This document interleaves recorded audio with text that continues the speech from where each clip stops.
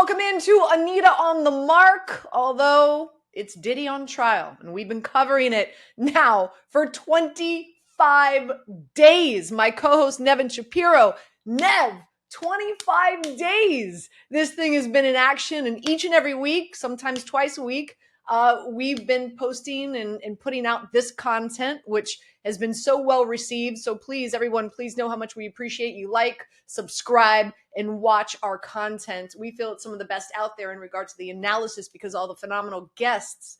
We've got a really great guest joining us today. But Nevin, day 25, dude. It's unbelievable, Anita. And, I think the only one who's going to be sad to see it go is Diddy, being that it's 25 days in, because if they find him guilty, he's going to wish there were 25 days more. And this is the shortest and longest time of his life ever, I promise you. And it's just getting crazy.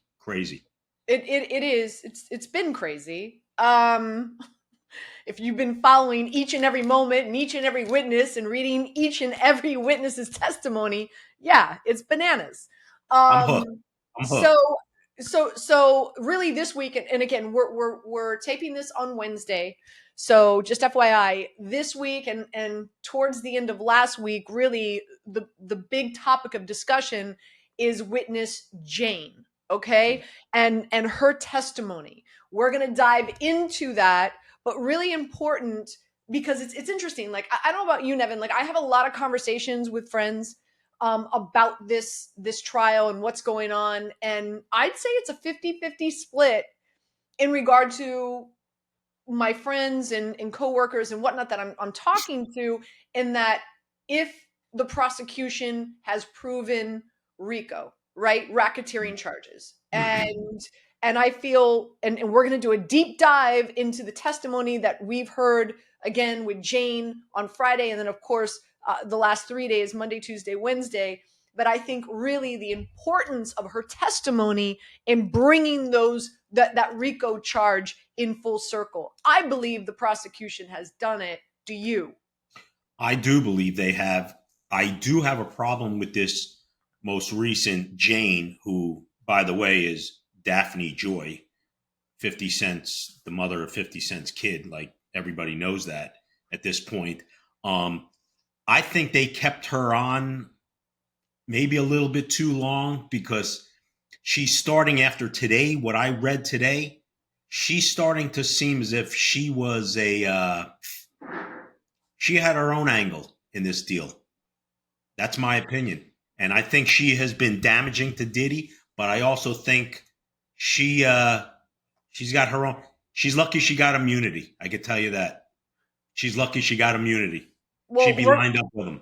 We're going to dive into all of it, and I'm curious in regard to what part of her testimony makes you feel that way. But let's bring in our special guest, because each and every week, boy, do we crush it. And it's Greg Yankow, FBI supervisory special agent, who knows Nevin extremely well. Greg, welcome in to our show, our podcast, our digital show. We really appreciate your time today and all your expertise, which I'm sure is going to be fascinating. Hey, Anita, thank you for having me. And Nevin, always great to see you, my friend. Yes. It's a new world for me. It's my second day of retirement. So congratulations. Yeah. Yeah. Great, congratulations. Thanks. So let's, because this is an interesting dynamic. Again, if this is the first time you're tuning into this show, Nevin and I go back. Nevin and I went to University of South Florida together and played sports together, and we're very good friends. Greg, why don't you let the folks know exactly how you met Nevin? Yeah, I was the lead case agent on the investigation that led to Nevin's incarceration. Wow. Okay. Yeah. Anita, when I met Greg, I was 6'5". After I met him, I was 5'5". You've never been 6'5", my friend. Yeah. All right. So Greg, again, people are tuning in to hear about Diddy, but I think it's really important that we established your relationship and now your friendship with Nevin. Yeah. So if you can just, Cliff Notes version, if you could kind of like sum it up and kind of explain to us, how you got placed on Nevin's case and how you're sitting here with him now. Yeah, so Nevin and I have talked about this, but actually I didn't open the case into Nevin. The case was brought to the FBI by one of our partner agencies, and he wasn't even the main subject in the case when we first opened it.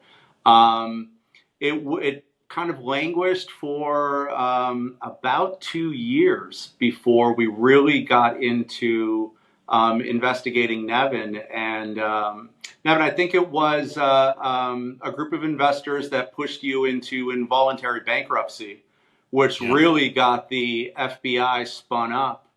And that kind of led us to think that this would be a big investigation, a big case. And that's where it started.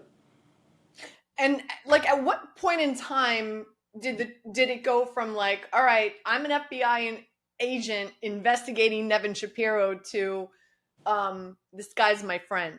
Yeah. So Nevin and I started chatting on social media shortly after. When was it? It was right after you were commuted by Biden. Right after I reappeared into life on the social media. And we just realized we had a lot of things in common. And throughout my career, I've never looked at any of what I did as adversarial. I was doing my job. Nevin was doing his job. And I've tried to keep that approach to everything. I never had any animosity for anyone that I ever investigated. And when Nevin and I started talking, I told him, I'm like, when we would be sitting in the hallway for hours at the U.S. Attorney's office while the attorneys were bickering over whatever, Nevin and I always had a good time talking. We would sit there and talk college football for 2 or 3 hours. And of course you did. Yeah. Of course you did. It's really an unbelievable situation, Anita, the way it's come about. Greg happens to be a really great guy. I consider him a friend. I know he feels the same way. And he had reached out to me on a DM. He said, "You're not going to believe who this is, but man, I'm really a fan of like what you're doing and watching the way you're broadcast." Well, who is this? And he told me, and I was like, wow. I go, it takes nothing shocks me. That shocked me. And he's just, we've just become, we've become good friends and spoke about it. And, and it's just the way life is, Greg, just out of curiosity, any other, criminals? I hate to call you a criminal, Nevin, but any other criminals that you've investigated, that you've put behind bars, that you have this type of friendship with? So yeah, actually. So one of the things that people don't see in the FBI, the way it's portrayed, to the public and on television, is we as agents, we actually spend a lot of time with people that we're investigating. So another individual that I spent years investigating, I probably saw him more on a daily basis than I saw my family. We were with him all over the country, doing meetings, wiring him up to meet other people, and you have no choice. You become friends with these people, and I know it's a gray area, and people may not understand it, but like I said, you're with these people more than with your family. And here you are with us now. Yeah. And like I said, it is day 25. Again, we're recording this on Wednesday of the Diddy trial. And Greg, I'm sure, I would imagine that you've been following this. I'm hopefully just as much as we have, and a number of people, of course, across the country. Just, and we're going to do a deep dive into the witness Jane and her testimony, because I think it's really crucial to what the prosecution is trying to prove here. But just based on where we are in day 25, what are your thoughts? Who's got the leg up here? Is the Well, I'm always prosecution? going Is to it the I'm defense? always going to say the prosecution. But I think in one of your earlier episodes, and I'm a fan. I watch you guys religiously whenever it comes out. Um, I think Nevin said kind of like the when the first witness, I think it was Cassie Ventura, came out, and Nevin's like, this is just the beginning. This is like a building storm. And I think it has built and built and built, and I think Jane has just it's a downpour now. I don't see how he gets out of this right now, and we don't know what the defense has out there, what their defense is going to be. They might have some bombshell we don't know about, but I think the prosecution has done an amazing job building this case. Before again, and I feel like I keep on teasing Jane's testimony and how it relates to racketeering, which is the major charge, of course, that the prosecution's trying to prove here. And in our analysis on that, I think it's really important because you, as a former FBI agent, you have to work so closely with the prosecuting attorneys. And so I think who better than you to really dive in and talk about this dream team that now has taken on this case to put Diddy away. Yeah, so I think another thing that people don't realize, especially where Diddy is being charged in the Southern District of New York, those are really, so we talk about the defense team having a dream team. Well, the prosecution is just as much of a dream team. These people are hand selected. They are recruited heavily from the top law schools in the country, and a lot of those positions, especially the Southern District of New York, Eastern District of New York, District of New Jersey, they're very transient. Those are not career positions. You get young, hungry, eager attorneys that are the best of the best from law schools, and then have got coveted positions as a clerk for federal judges, go into the U.S. Attorney's Office, and then try to get one or two really big cases to make their name, to make their mark, and then that's kind of their entry into becoming a partner at a top law firm. And so these are the best and brightest, without question. You had one on a couple of weeks ago when you had Judy Germano on. Perfect example. Like, Judy was spectacular. One of the best prosecutors I've ever worked with. But again, transient. So she worked it for a couple of years, and now she's built an amazing business on her own. Nevin? Yeah. So what I would say to that is, getting back to our original, I think, going back to our very first guest, Kathy Fleming, when I said, listen, Diddy has a dream team, but make no mistake, their opposition is dreamy as well. Yeah. So Anita, you do sports. So maybe the analogy for some of your viewers who watch you from the other end, these prosecutors from the government side are like one and dones from college basketball. They're that highly recruited. They don't have to play 3 or 4 years in college because the NBA wants them already. And that's a perfect analogy that I'm sharing with you, that they are getting the government at that district. They're pulling the best of the best. Absolutely. Those are 5 stars they're pulling. So we're talking an all-star crew recruited from Duke, Kentucky, Kansas, North Carolina, yes. UConn, yeah. Right? Okay. All right. That's what we're looking at. All right. Us sports folks get it now. Thank you for the analogy. Thank you for the analogy. And that's the level that they're going up against.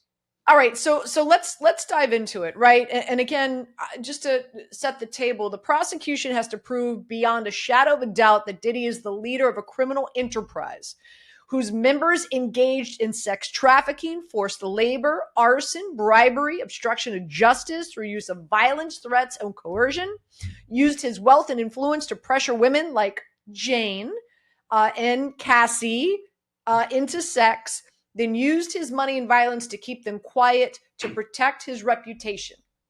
So far, day 25, I feel that they've done a pretty good job. The defense is trying to prove that many of these witnesses who testified against Diddy consented to his actions.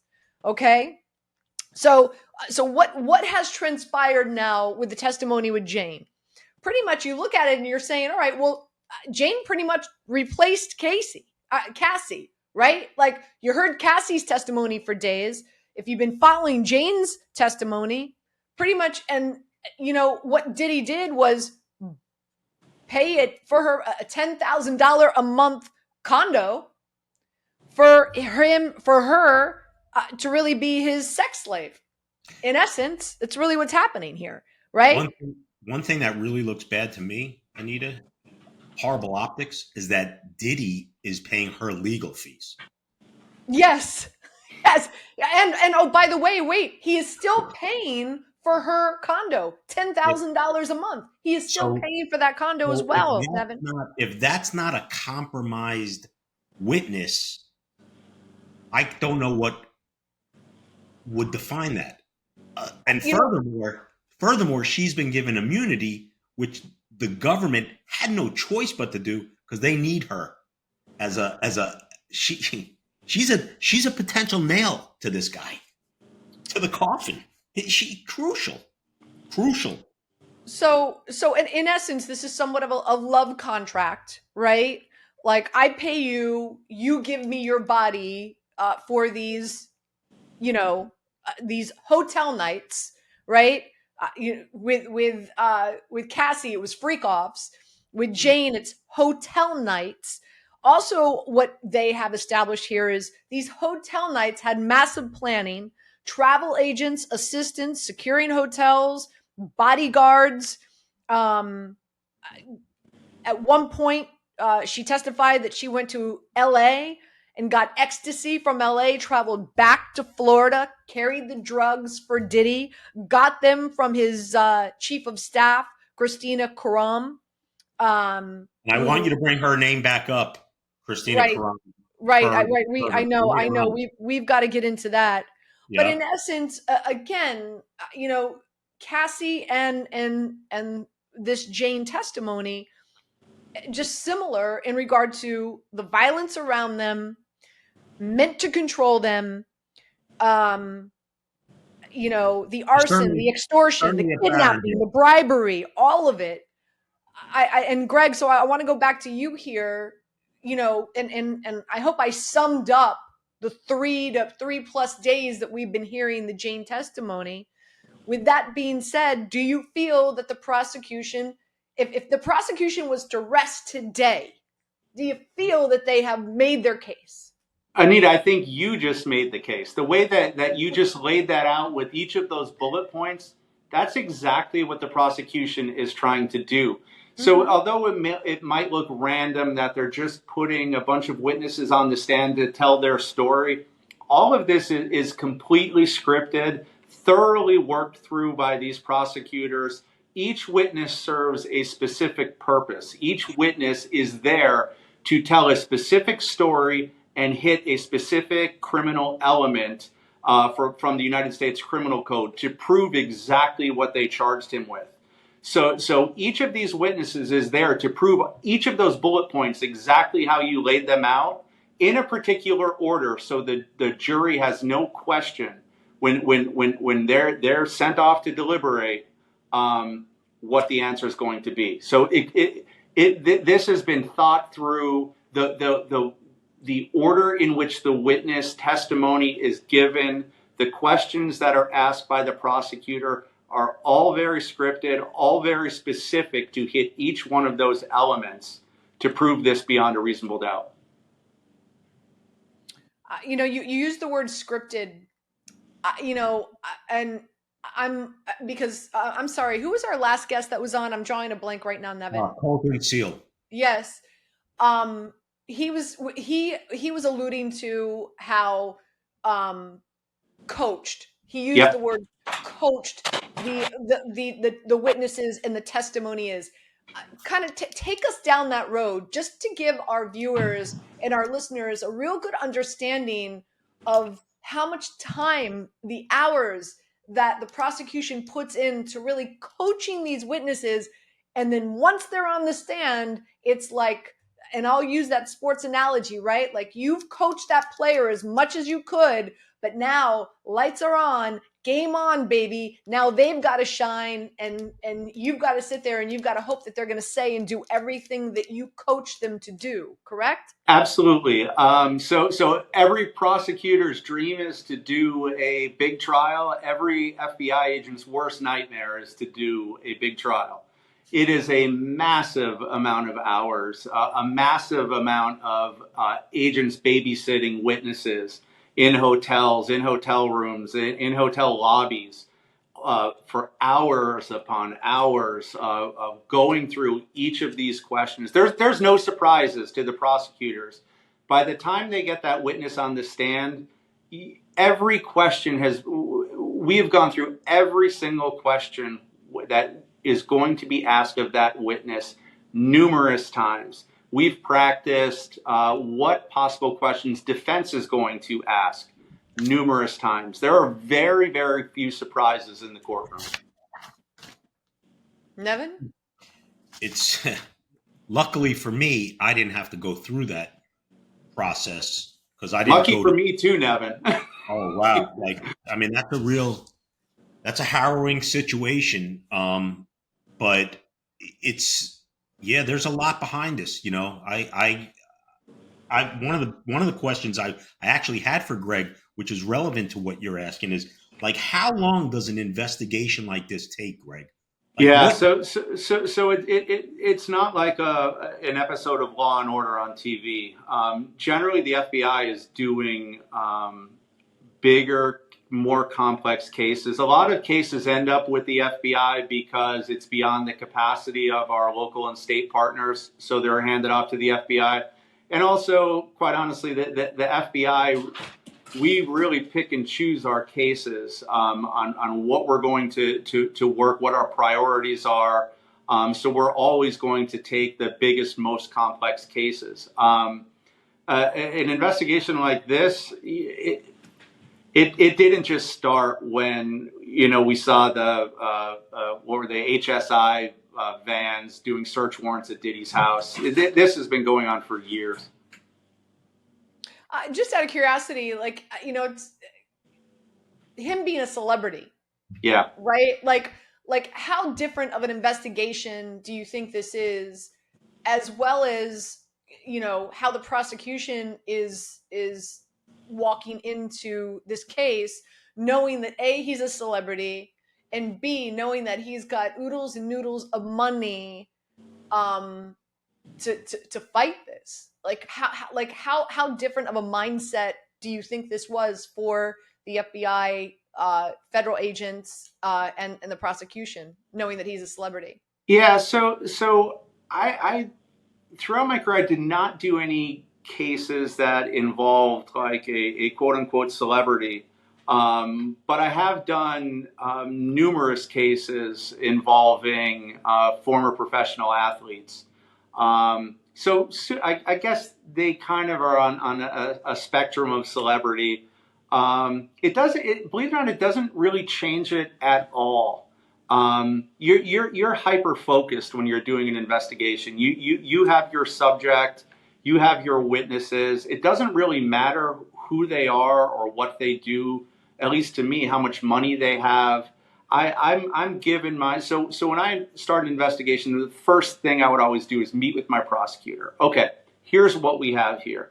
What can we possibly charge? The prosecutor is going to tell me what they're going to charge, and then give me the elements that they need to prove that case.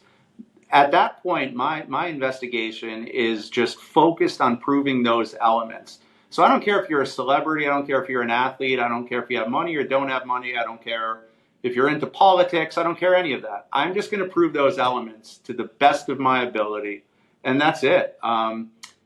Celebrities, it might be sometimes difficult finding contact information, like if you're trying to reach out to witnesses, or sometimes they're difficult to get in the same room with you. But other than that, I've really not come across any issues dealing with athletes or I guess celebrities that throughout my career. Nevin, you wanted to go back to Christina Krom, who is the, I guess they called him like what, the chief of staff for Diddy, right? Yeah. Yeah. So if you go, Anita, if you go back to our, obviously we're in this marathon as well, right? We started out very first, and I said, listen, this is not going to be a sprint. This is going to be a marathon. And one of the first things that I said, based on my experience going through what I've gone through, is there are going to be people along the way that the government is going to step on who may be equally liable for bringing out this situation and probably have equal blood on their hands, or to some degree, equal blood, but they're going to get a pass because their testimony is needed to bring in the whale. That's where Christina Krom falls. She is an unindicted co-conspirator, and I'm hearing, that doesn't mean I know anything more than you, that she is about to be named as a co-conspirator. Well, I can assure you, if she is, this guy's going 6 feet further down than where he stands, because she's not going away for the rest of her life. And if you're not sure who I'm referring to, Ghislaine Maxwell is Exhibit A. So, so explain that though. So Jeffrey Epstein, going no, back. no. I know that, but I'm saying what? So if they come out and they label her as a co-conspirator. There you go. Co-conspirator. How what do you think she'll take the stand against Diddy? That like what? I absolutely think she'll. Not only do I think she'll take the stand, I think she'll bury him where he stands. Yes, she's not going to go away for the next 25 to 30 years of her life for him. I promise you. And so, Greg, what's that process? That is the best witness you could possibly have, and like we were talking about before, you're slowly building this case, putting each witness on.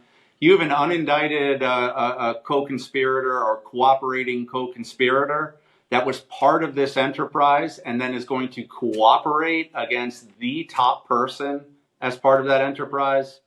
It's very difficult to overcome that. As an investigating agent, getting someone that was involved in the actual conspiracy to cooperate with me and provide testimony, that's the best possible witness you can get. So why didn't they go after her in the first place then? Why hasn't she taken this?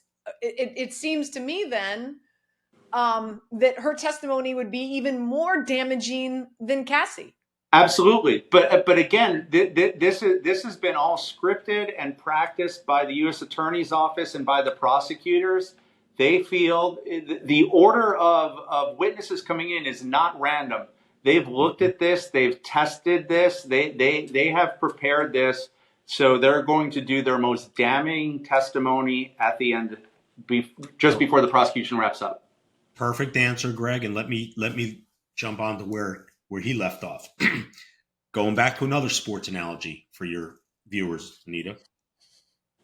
You got guys that can go 7 innings, and they're going to give you 7 strong innings. But when you go like this and you go to the bullpen, you're bringing in the closer. That closer's not there to throw 7 innings. He's there to go. He's there to get 6 outs. Christina Krom might be that closer for the prosecution. Is she Mariano Rivera? Is that what you're saying, Nev? Unfortunately for Diddy, she's gonna be. Yeah, and they're gonna play Sandman. Enter the Sandman. Yeah, I agree with you completely, Nevin. She's in a lot of trouble. He's in a lot of trouble. So you both feel that they're going to call her to the stand? I do. I think if she's a co-conspirator and they're not charging her, she is definitely going to go to the stand. Yeah. She's not getting a free pass. I'll tell you that. She's going to get her. They're going to get their pound of flesh out of her to walk. Wow. Yeah, Wow. That's how it works in the real caboose. So a few things that transpired this week besides Jane's testimony. One was the federal judge threatened to oust Diddy from the court because he's attempting to allegedly influence influence the jurors with facial expressions. Greg, have you ever heard of this before? Never. Is this a Never. tactic? And I'm sure his attorneys told him, do not do this. Do not engage with the jurors. But he can't help himself, apparently. I was shocked when I read that this morning. Yeah. You can't coach stupid. Listen, I'm telling you, this guy's been his biggest. He's been his biggest enemy, and it started with. This is why he got denied bail, Anita. He's making the judge and the prosecution, who, by the way, I have no love for, but he is making them look very intelligent for denying bail for these actions right before the judge. And let me just say this to you.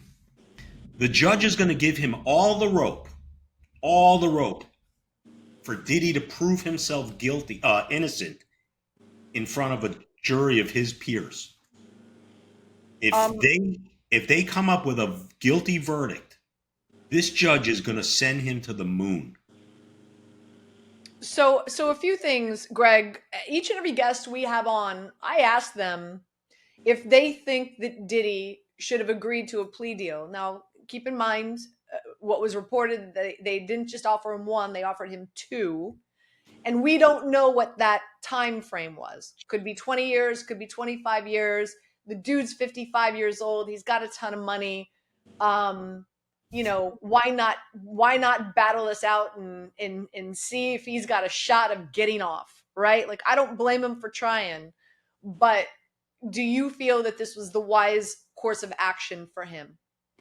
I think you guys touched on it in one of your earlier shows. I think the percentage, the winning percentage of the federal government in a case like this, I think, is in the high 90%. It's very rare for the government to lose a case like this.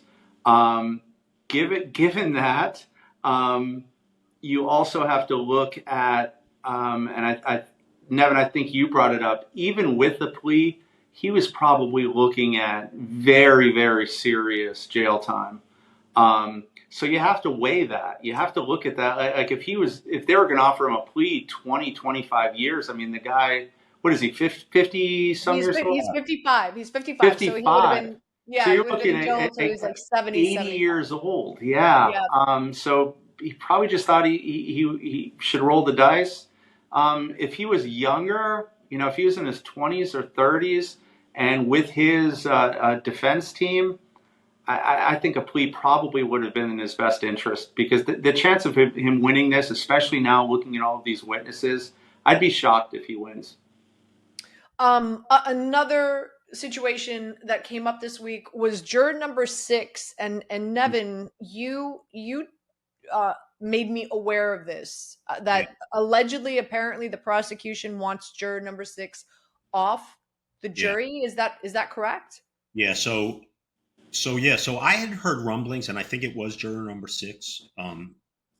Someone could fact check us. No, I know there's an issue with juror number 6. I do know it's number 6.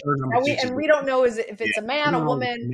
Yeah, we don't know if it's a male or female. I've heard it's female, but you get the same information I get. I'm no special individual in that respect.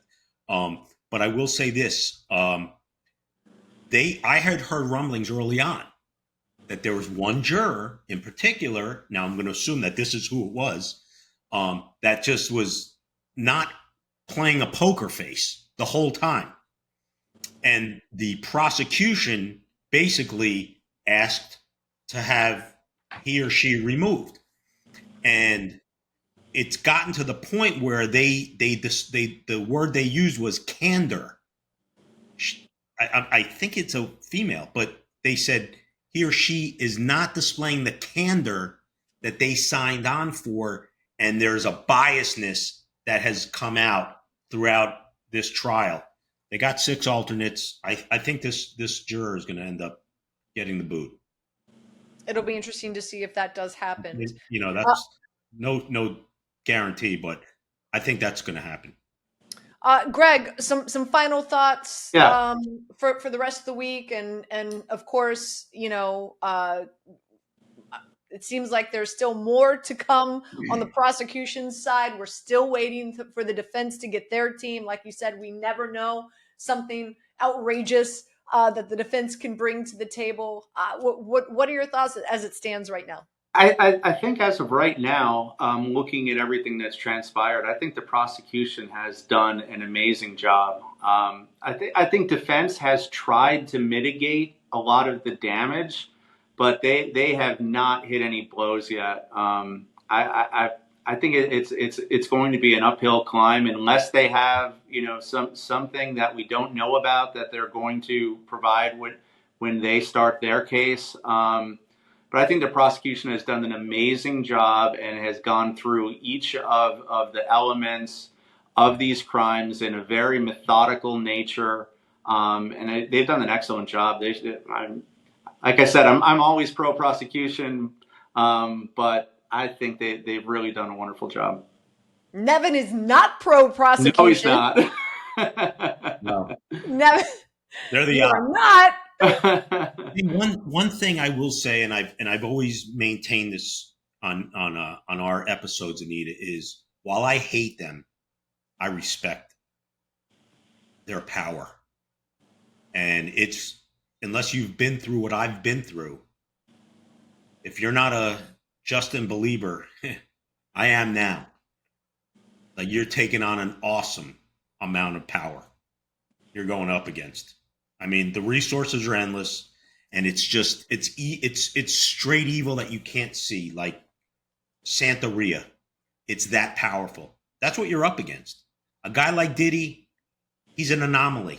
He's got a lot of money. He should be very, very thankful he's not frozen, like I was. I could have never won in trial. Not the way that I was frozen. It was impossible. Zero chance. Not even 100% chance. Nothing. He's very fortunate that he's got resources and assets still to fight. To even give a sliver of a chance. A sliver of a chance. I find it really interesting, right? Because like everything that has transpired here, and the human being, right? The character that now has come to light of who Diddy is and how he operated was larger than life, right? Like, nobody's gonna take me down. I'm the most powerful man in the world. Like, who's gonna stop me? And here now you have the federal government, right? And federal prosecutors, and he has met his match. Yeah, and this who very well is going to take him down. I mean, it's I know a guy who once thought the same way. And took the L. And all right, hey, let's end on a lighter note. Let's end on a lighter note. So Diddy, what was reported, Jane was reporting that Diddy liked to role play with on these hotel nights, and that there was one night where they role played with an escort, and Diddy always wanted to be Michael Jordan. Jane was Kobe, and the escort was Shaquille O'Neal. I just like, if I'm role playing, I don't know about you guys, right? Like, if I'm role playing, can I tell you about my role play? I was Muggsy Bogues in my role play. Stop it. Okay. So I guess who would be your, if you're role playing, who's your professional athlete? It ain't Shaq, I can tell you that. No, and I probably know why. Gentlemen, hey, it is a pleasure, Greg, to have you on the program. Really do appreciate it. Thank you, Anita. Wealth of knowledge, so great. And this is why Nevin and I really enjoy doing this, right? It's not the TMZ aspect. It's bringing guests on like you. And we're blessed to have someone like you and phenomenal attorneys and agents we've had already to digest the information and have a discussion where we're making people or helping people be more knowledgeable and more educated in regard to all that's happening in and around this trial. So we so appreciate you, Greg. Thank you. Thank you, Greg. thank you, Nevin. And thank you so Thank much you. for joining us. And one other shout out, Anita, you deserve a shout out for being in the media world the way you are and being sports your thing. You have had unbelievable guests, like not the norm, really beyond the mark. Well, Amazing. you're my partner in this. We've had Listen, your guests have been insane. Really. We've had unbelievable guests. Again, we want to thank everybody for watching, subscribing. Please comment. We do read your comments. Your thoughts on how this trial is all unfolding. Do you feel the prosecution has done a great job? Do you feel that if the prosecution rested today, their case would be locked and loaded and Diddy would be found guilty? We'd love to hear from you. And big shout out to Beyond Media Group, by the way, who produces this program. They do a phenomenal job. Lazo, I'm talking about you behind the camera. Everybody have a great week. We'll be back next week as well to discuss more of the Diddy trial. We'll see you then.